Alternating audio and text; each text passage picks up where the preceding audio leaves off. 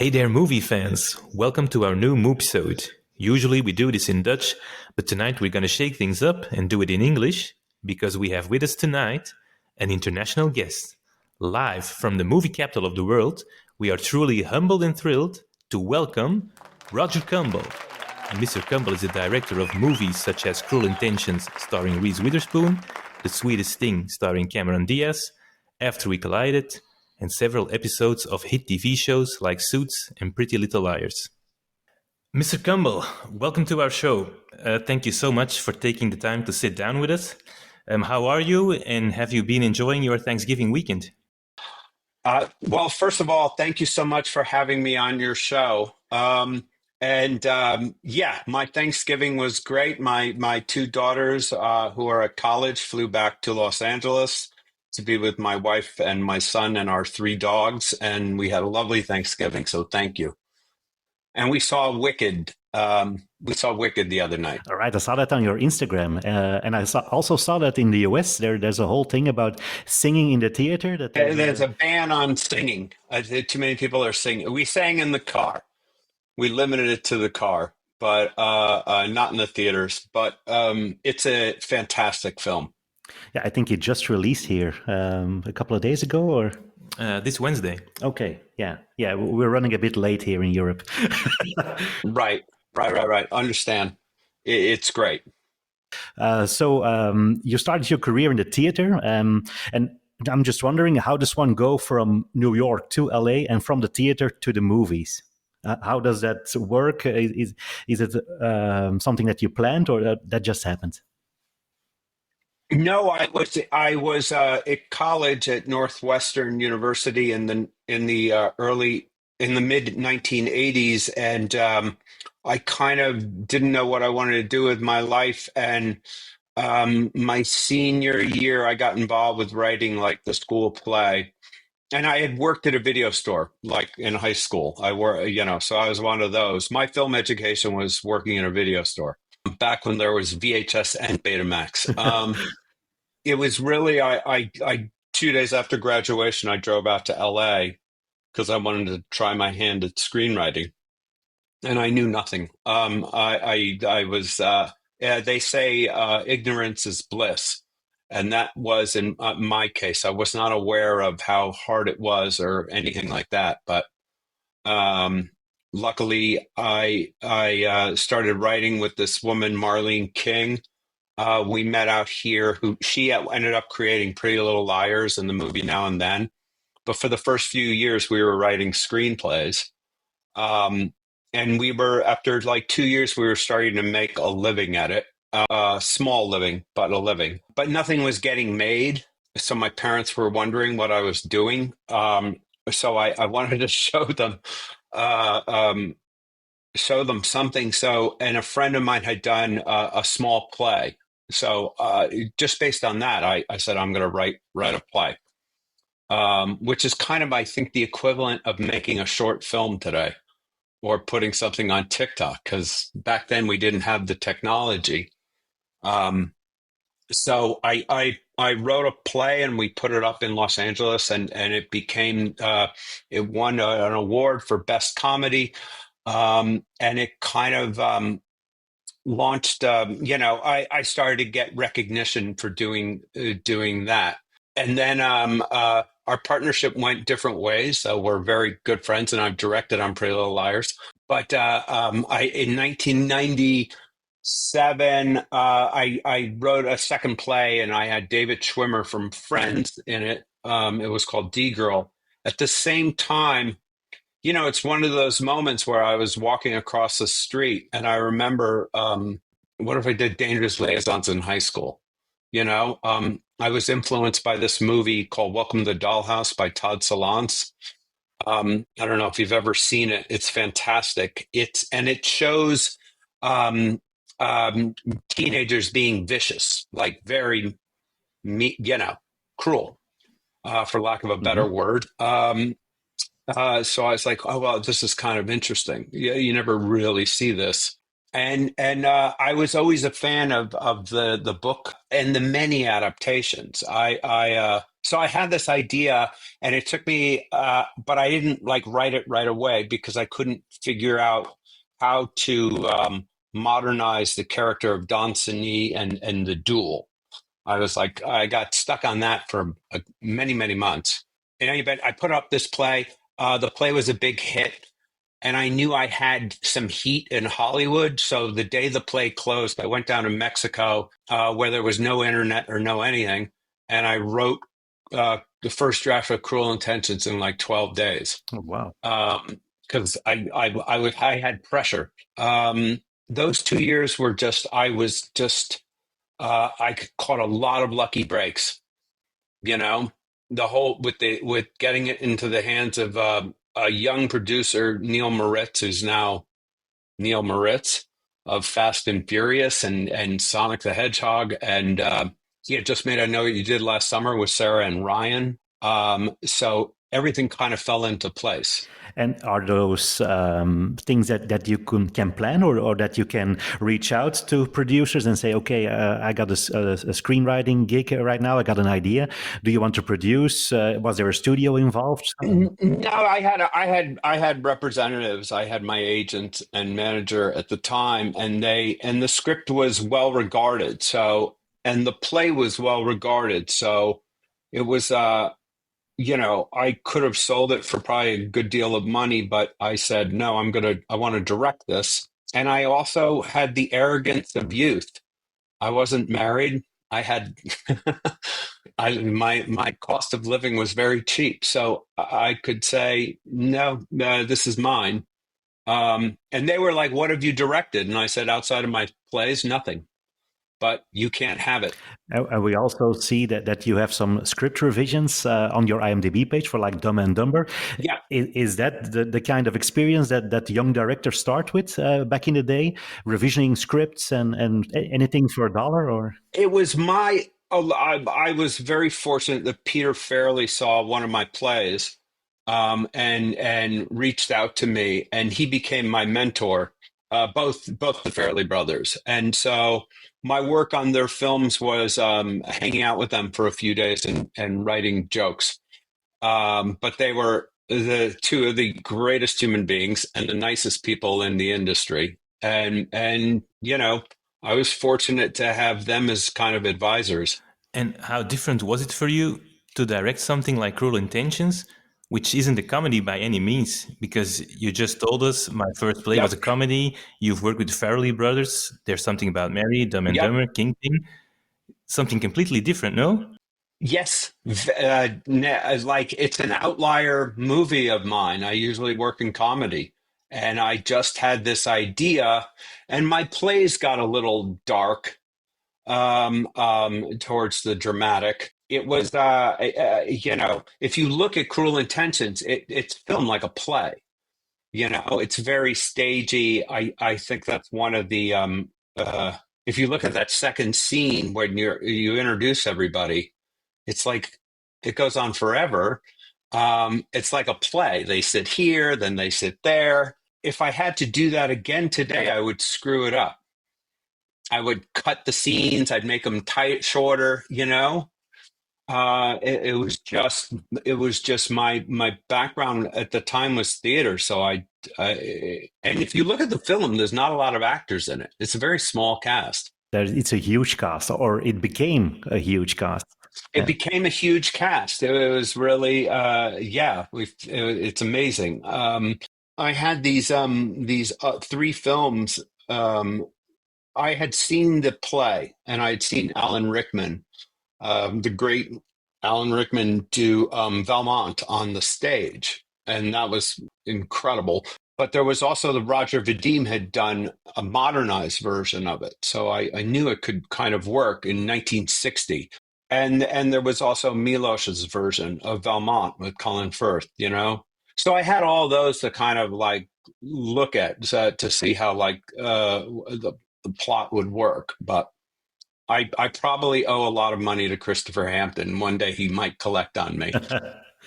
But Cruel Intentions was ranked number 45 on the Rolling Stones list that was released recently, which features the best films of 1999, even ahead of the Oscar-winning picture American Beauty. What does that mean to you personally to see the film recognized in such a way and still being recognized today? That's very funny because when it came out, Cruel Intentions was voted the second worst film of 1999 by Rolling Stone, Peter Travers. Um, you know, it's amazing.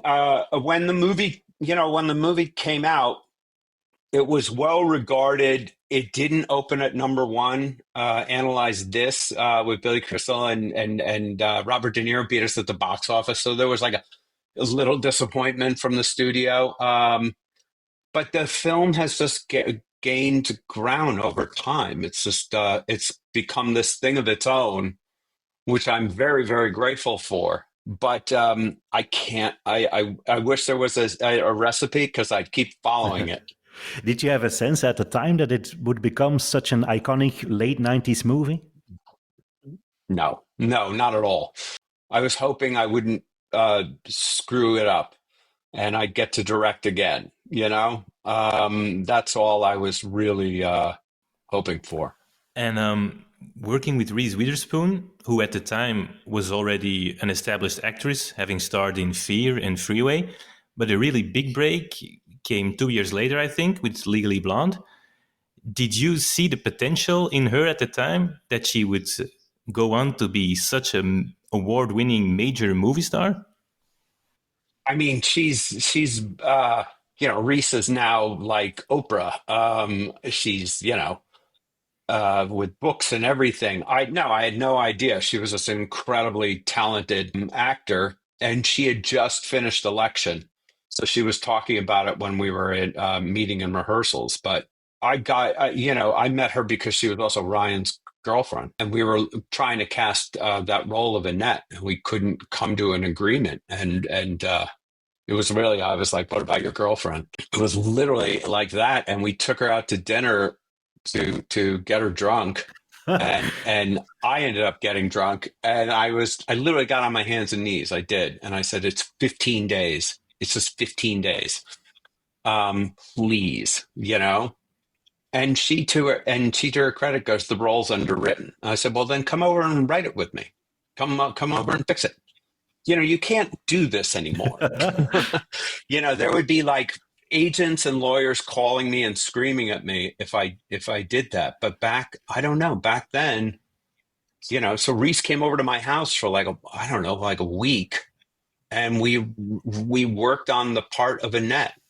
She's an incredibly talented writer too, Wow. And then she agreed to do it. It was fantastic. Yeah, the casting was iconic.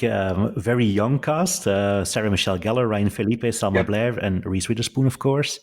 What was your process of working with the young cast? They were still relatively early in their careers. So did you need to help them to bring the nuanced performances in Cruel Intentions?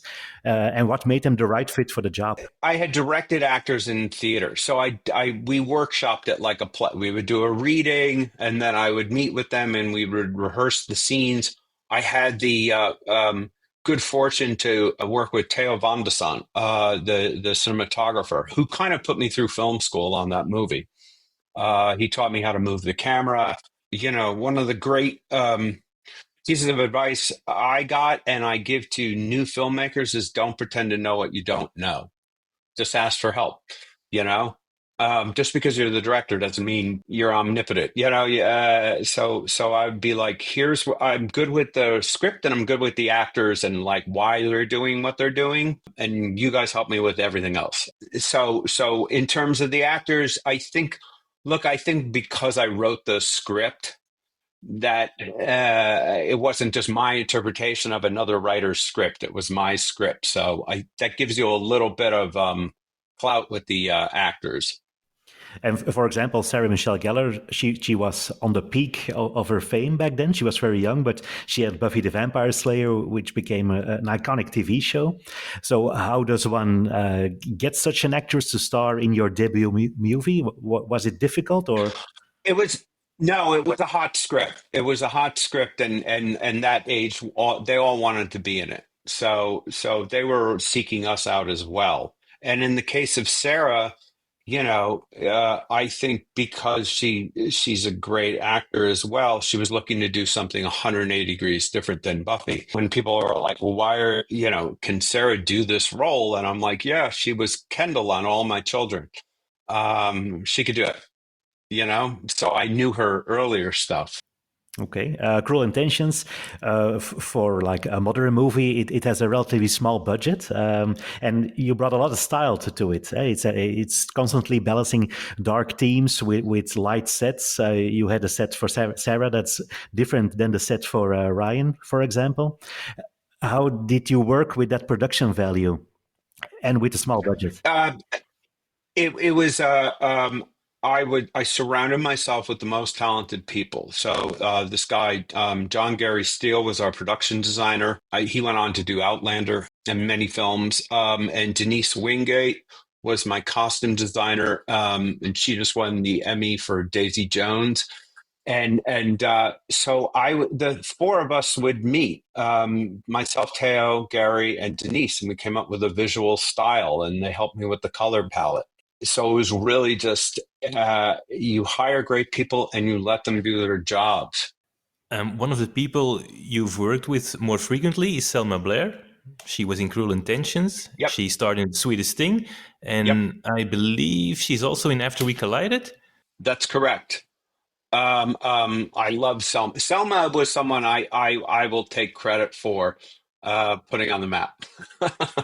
And she's fantastic. That was an audition I'll never forget because we were seeing everybody for that role, but because of the material, they had to be over 18. So when the actors would come in, I was supposed to, I had to ask, like, how old are you?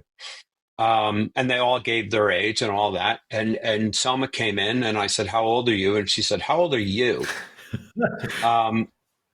Like completely snotty. And she was doing the character, and I was like, I couldn't get her out of my head. I was like, who is that bratty person? Yeah. So that was I was like, she's it. She's perfect. And was she over 18? Because she played like a real child. She was. No, she was very. Yep, she was older than 18. She didn't lie She like was, Mila Kunis in that 70s show. She lied about her age. No. Yep, I heard that. Yes. No, she didn't, and she was terrific. And when I did After We Collided, Selma was played the mom in the first movie, so I was doing a sequel. So that was a situation where, as it's well reported, she was having some health issues. But I said, you have to be in this. It's like you have to be in it. So we rewrote the scene so it was like a phone call, and I could film her. After we wrapped, after we made the film and deep into post, we went over to her house with a camera crew one day. Okay. And talking about Cruel Intentions is also talking about uncomfortable moments because the setting is quite sensual. Yep. Were there any moments on set that were particularly difficult or uncomfortable to shoot because it was very intimate?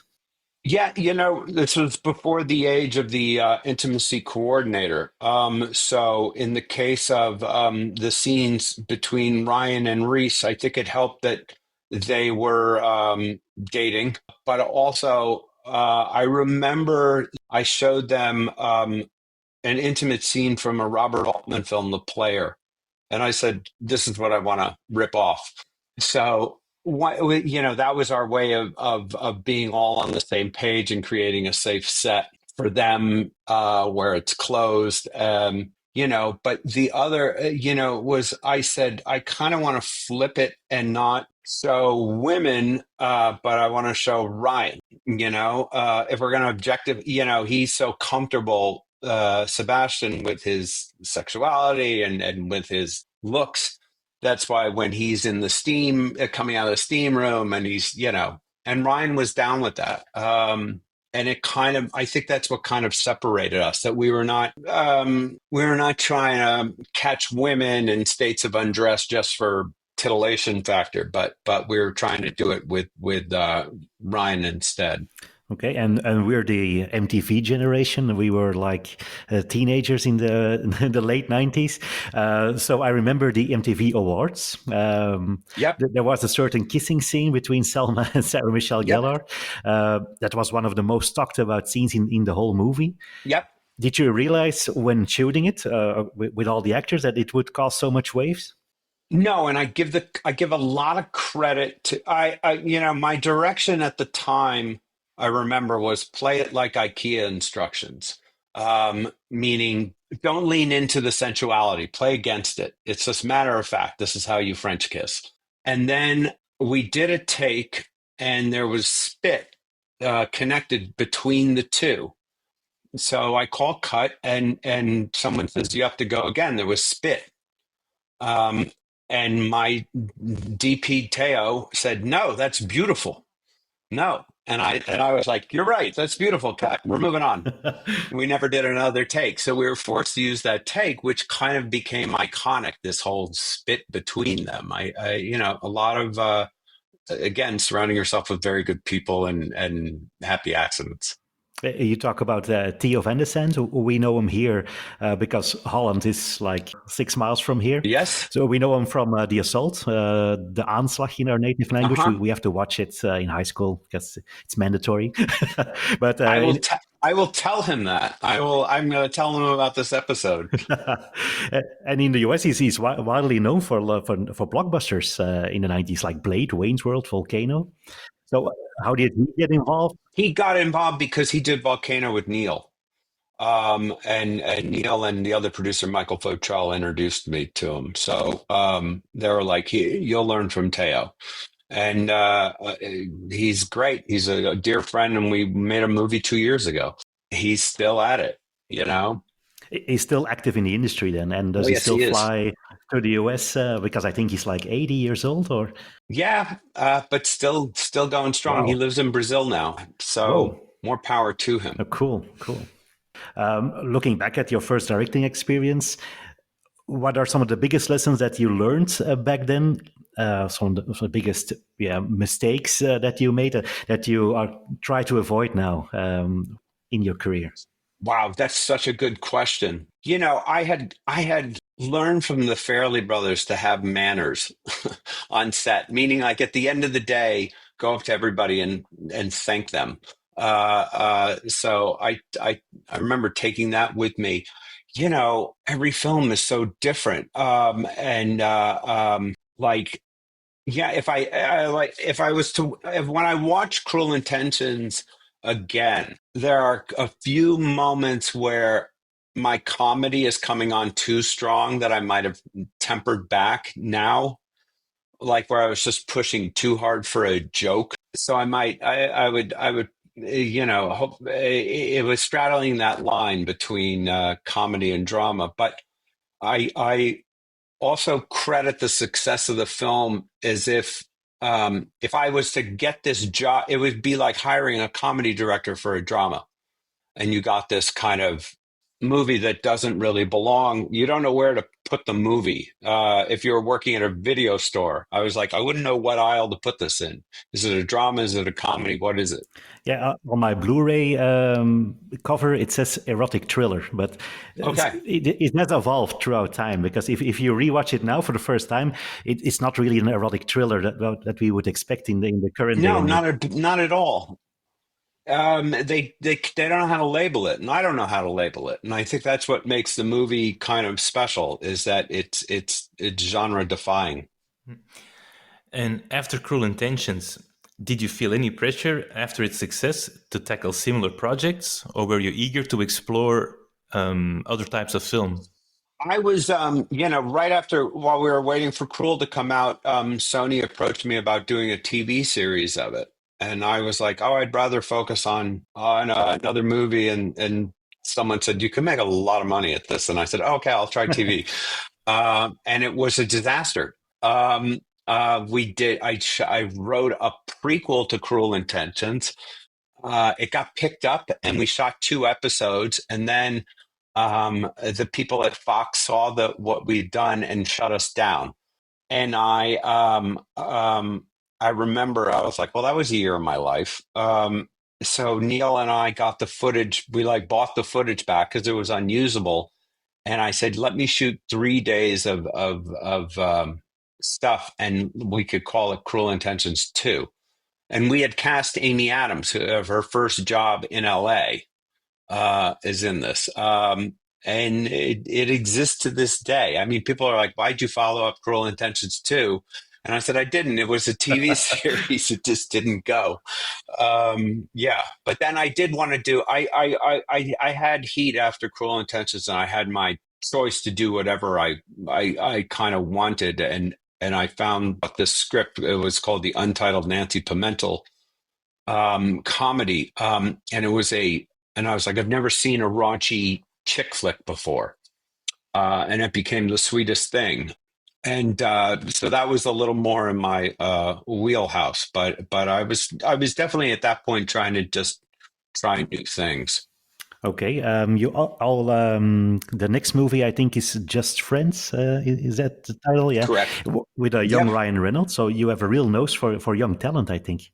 God bless, right? Yeah, because Ryan exploded in the recent years. So I had known him from like Two Girls and a Guy. He had done everything he had done. I was like, this guy's amazing. And then I started working with him, and then you see he's actually a genius. And we made that movie for very little money up in Saskatchewan, Canada, where it was -40 some days. But that was an incredible experience, because we filmed it like it was so cold. No, everyone kind of left us alone, so we would get together at Ryan's apartment and read the script and workshop the script with the actors. And I had the writer Tex Davis up there. And it was such a great creative experience where we were kind of left alone to make the funniest movie we could. And is that like the old way of working in a movie, working together with your cast? You said nowadays it's managers, agents, lawyers. Well, no, it was managers, agents when it's like you're trying to get someone to be in a movie and you're trying to close a deal. Now they won't let me within 10 kilometers of something like that, Like, for example, Jaws, I think Steven Spielberg went to Martha's Vineyard for like 3 months with some cast and the screenwriter. And they got together in a bungalow and they just wrote the whole movie. Amazing. Well, yeah, I think it was with Robert Shaw too. Yeah. There was a play about it that was off Broadway last year. Oh, wow. Cool. Yeah. Something about the shark is broken or something. Oh, yeah. I think it's with the son of Robert Shaw, who plays his father in the play. Oh, wow. That's amazing. Another one of your movies, the title has come up before, is After We Collided. When making that film, did you feel there was some sort of added pressure? Because there's already a pretty loyal fan base you can disappoint or hopefully satisfy? Very good question. I was aware of that, of course, and I was the problem I've found lately is these books. Some of these coming of age or YA books are like 600 pages long. I'm like, when I got that job, I was like, you guys clearly made the decision to make this a feature and not a limited series. The problem is with these book fans is they've now seen limited series adaptations, so you're going to inevitably upset them. And you just try your best not to piss them off too bad. But in the case of After We Collided, I said, it's better to focus on an A storyline rather than try and get all these separate storylines. We just don't have the time. So we made some decisions with the movie that I still stand by, and I did add some humor to it with Dylan Sprouse, because I was like, it's going to get melodramatic and we keep telling the same beats. We just need to mix it up. And Josephine Langford very, very talented and very good with like light comedy, extremely good. So once I kind of got a sense of that after talking with her, we kind of tailored at least the first part of the script so it was a little lighter before it got darker. Kind of like Cruel Intentions in that way. And you already mentioned it was a sequel to the existing movie from after. Is it Yeah, difficult to jump in for a second movie to keep the balance? I think it would be if that movie was like a gargantuan, like Oscar winning film. I don't think I would touch it. Um, in the case of After, it did very well enough that it had it got a chance to do a sequel, and I thought it was extremely well directed. They just wanted to go in kind of a different direction. So, and they ended up doing that they had three directors on that After franchise. And I kind of look at it as like, oh, this is so cool. It's like Twilight. It's like different interpretations of the material. But, I get, you get a lot of hate from the book fans. I'm kind of amused by it. It was, I think, in 2001 with Harry Potter, it was the same. I never read the books, but Oh yeah, you're never going to make them happy. yeah, you can't please them. You know, no, you can't. And I said that I like we have to please ourselves first. We have to make the best movie and try not to upset them. And how was the release? Because I think here in Belgium it was in 2020, so COVID hit the theater. It was huge because Voltage, especially this Jonathan Dechter, when he saw that the world was in lockdown, he decided to release it theatrically, and it did phenomenally well. Because the kids didn't care; they wanted to go to the movies. Yeah, I think our local, well, it's not that local because it's a global corporation now, Kinepolis, our local theater group. They had like a marathon with all the after movies at a certain point. So Oh, it's well known. I don't think we ourselves are the target audience, but no, it's probably not. And yeah, they made a whole bunch of them, and I just made the second, and then I wish them well. But it's an incredibly talented cast, and I think Hero has a big career going on right now. So I was happy to be a part of it. okay, cool. Hearing you talk about this movie and the book fans, it sounds like it wasn't the easiest assignment. But more recently, you made the beautiful films, Beautiful Disaster, Beautiful Willie. Yep, Those are also based on novels, no? they are. It was during the pandemic. I found that book on there's a website called Goodreads. It was the top of all these lists, and I'd never heard of the book. And the book was in at Warner Brothers for like languishing with a huge turnaround fee, huge writer fees. So it's kind of dead. And so I reached out to the author on Twitter, and I said, "Hey, this could be a cool movie, but I'm going to have to spec it." Because she got the rights back, but I couldn't look at anything before. So I took a gamble, and it took 4 months or 5 months, and I did an adaptation. So we didn't have to pay like the fees with it. I think the challenge there was the lead in that book was very toxic masculinity, which was not in flavor in 2021. Mhm. I will say, at least in the United States, like no one was going to make that type of movie. So I said, I still like this. I still like this story, this romance. I just need to make it a lighter movie. I know the book fans are going to be unhappy, but for me, it was more kind of like it'll at least introduce people to your books. I can make a movie I want to make, and so that was kind of the situation. So I had worked with Dylan Sprouse on the After movie, and I loved him.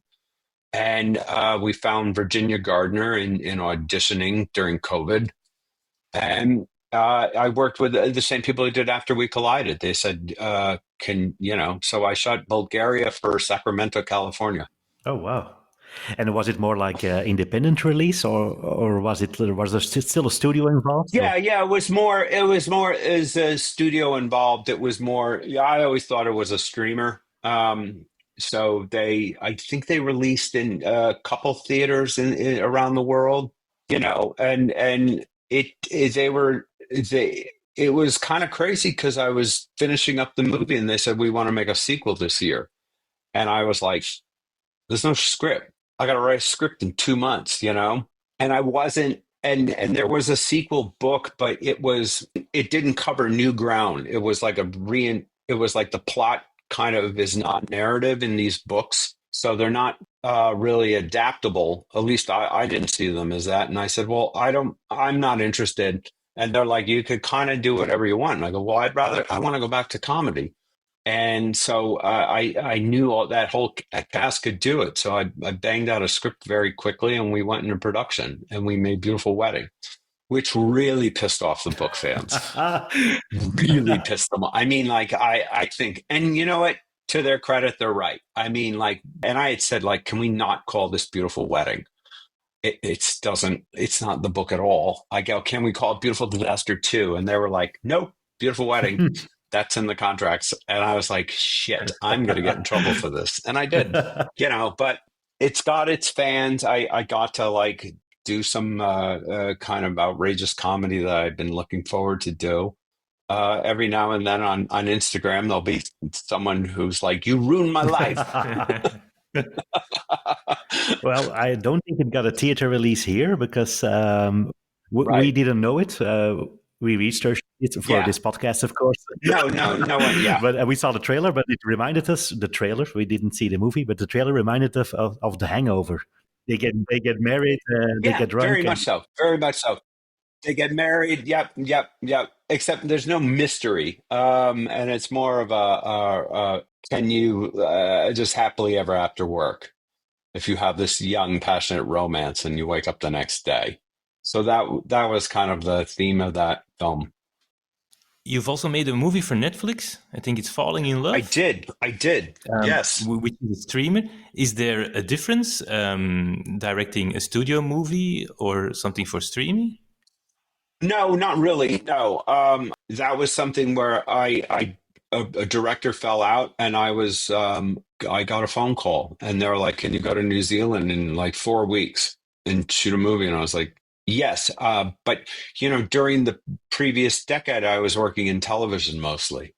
And in TV, you learn to shoot fast, So I had worked on Suits and Pretty Little Liars were my two main shows, and go a lot faster. And that was it was a low budget film, that Falling in Love, where we didn't have a lot of days to do it, but we went to New Zealand and it ended up being a big hit for Netflix. So I was happy for it and met some very cool people.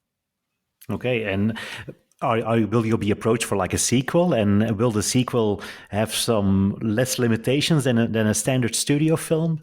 Or do streamers have I've not some been, money? I've not been approached for a sequel. Okay. I haven't. I don't know if they do sequels of those types of movies at Netflix. I'm not sure. But the chance to work with Christina Milian and Adam Demos again, I'd do it in a heartbeat. Okay. You mentioned the TV work, Suits, Pretty Little Liars, and I also see some one-offs like Entourage and The Goldbergs, which was very popular here. How are you approached for these kind of assignments? Do they phone your agent or? In the case of Entourage, the creator, Doug Ellen, was a parent in my kids' class. Wow. And he was very nice to me, and he gave me, I was just breaking into television, and he gave me a really cool opportunity then. And it was great to work with that cast. And I'll tell you, my first day of filming, when I met Kevin Dillon, I got to tell him, I said, you used to come into the video store I used to work at. Oh, wow. Cool. Because we grew up one town away from each other. So that got me in good with Kevin. Oh, nice. And does the main cast know beforehand who's directing the segment or the episodes? Like, for example, Suits, you did a bunch of episodes, but I don't think you did the entire series. I didn't. No, I came on the second season. I came on because when I did a play in 2003, Gabriel Mock was in the play. So we had that relationship. So I kind of credit him with bringing me into the Suits universe. And no one really was paying attention to that show until 2 years ago. Yes, something happened with one of the actresses. Oh, besides her getting married to the Prince of England, I forgot about that. No, but like we were all together on the picket lines when the Writers Guild went on strike. And then literally like a few weeks later, it came on Netflix and it was huge. I don't know how it was in Brussels, but in the United States, it was like the #1 show. And everyone started watching Suits. Yeah, it was popular here for a few years. Right.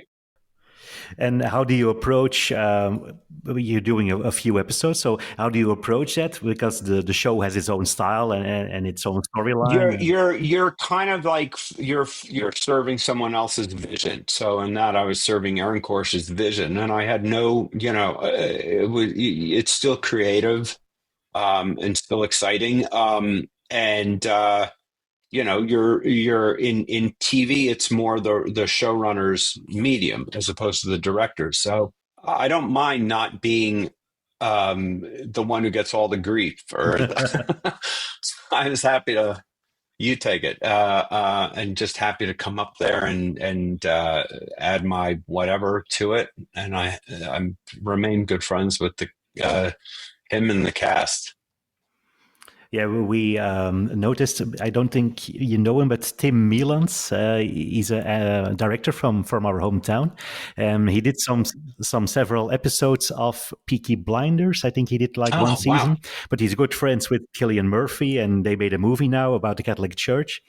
So it's great to hear that you also have some friendships that came out of those TV shows.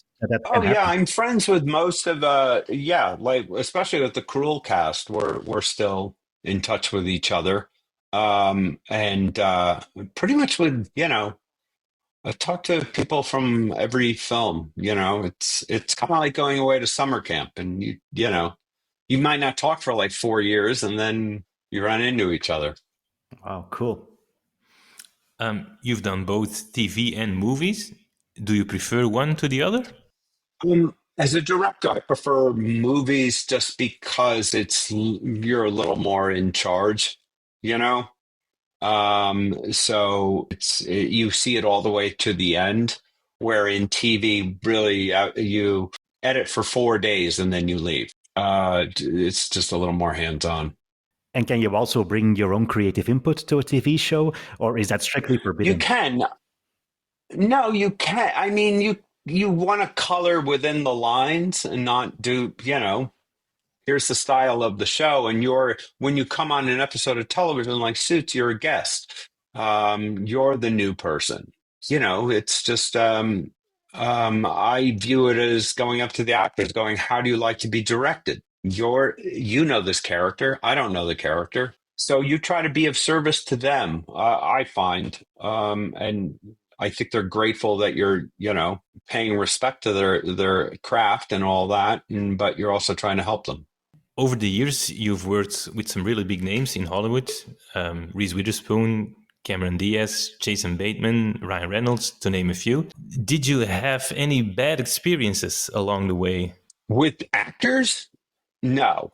No, I honestly did. I didn't. I mean, there could be days where an actor was frustrated or whatever, but you just don't take it personally. And I've been very lucky. I've just been very lucky, or they don't want to be mean to me. I don't know.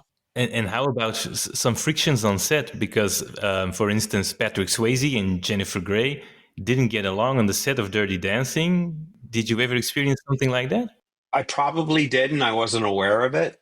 You never know what goes on. Yeah, I kind of, I don't, when I make a movie, I don't socialize with them, the actors, because I'm the boss in a way.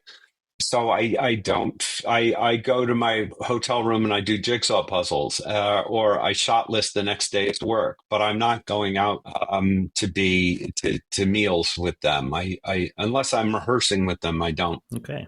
I like to keep that separation. I'm also 58, so when I'm making young people's movies, I'm like, it's like having your dad with you. But he can pay for everything. Right, he can pay. Yeah, but don't drink too much because we got a big day tomorrow. That's what I say. All right. And what does the future have in store for you? Do you have any projects lined up at the moment? You know, I spent this year. I was making some commercials for the election. The commercials were great. Commercials for candidates, or The commercials were great. The results didn't go the way I was hoping, but I was happy to do some commercials, and then I'm just kind of looking for the next thing, something. I'm superstitious, so if I say something, it won't happen. And would you like to return to the theater one day? I'd love to return to the theater. I would. I have kids in college. It's not cheap. And you don't make any. I didn't make any money doing theater, so I think ask me that again in 4 years. But I love the experience. okay, cool. I think that's all for us here. Do you have any questions for us that you would like to know? No, this was such a pleasure. Are you guys filmmakers as well, or? I know we're just three friends, but you only see two now who are interested in Okay. movies, but like watching movies and learning about the production process and the stories behind it. But we have no film school experience whatsoever. What? Me neither. What have your favorite movies been lately? What should I watch? Recently, I liked Honora. I loved Yes. it. I loved it. It's so great. Yeah, it reminded me the middle section when they go searching for the Russian. It reminded me of the Big Lebowski. It was way out there, Yeah. so that's a I good one. think that guy. I think the guy who she's with at the end. I think that guy's a big star. Yeah, The Russian uh-huh. actor, the bald. He is. He so so little, such no dialogue and mesmerizing. True. And I already talked about it, but small things like these from Tim Milans, talking about a scandal in the Catholic Church in Ireland in the 80s, where Uh-huh. girls get thrown into the convent when they are pregnant without being married, and they're being exploited.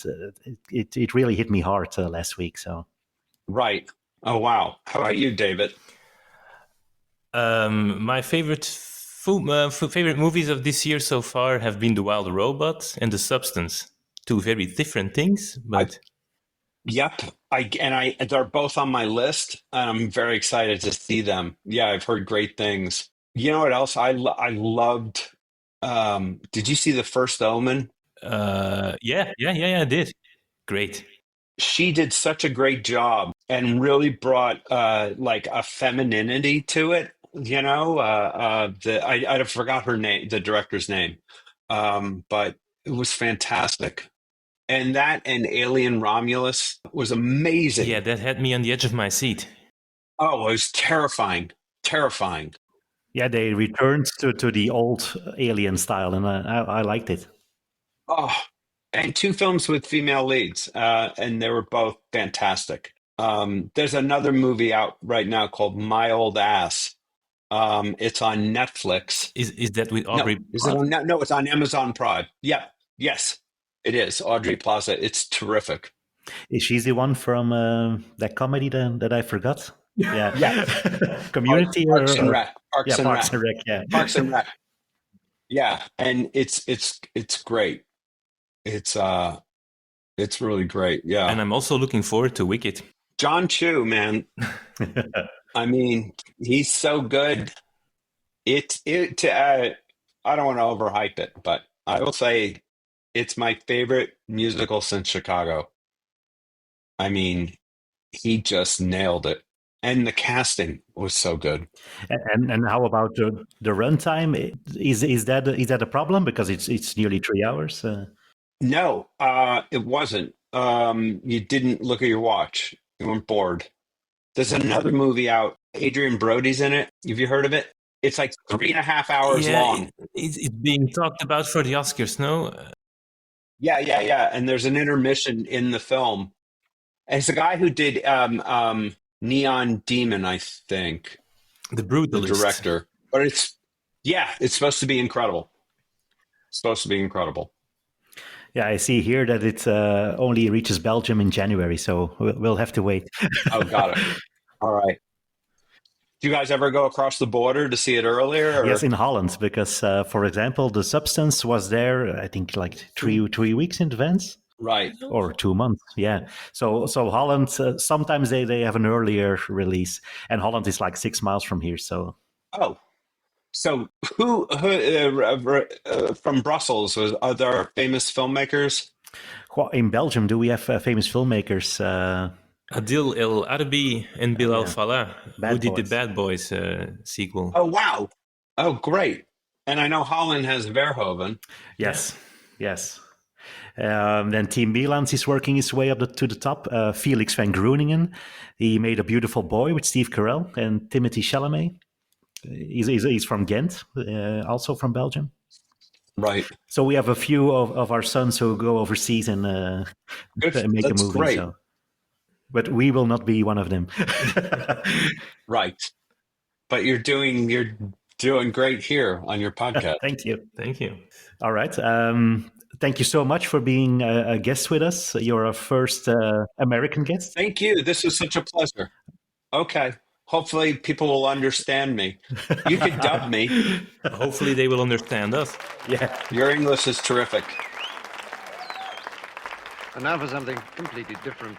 So, dear listeners, this concludes our first international episode. Many thanks to Roger Kumble for being our first English guest.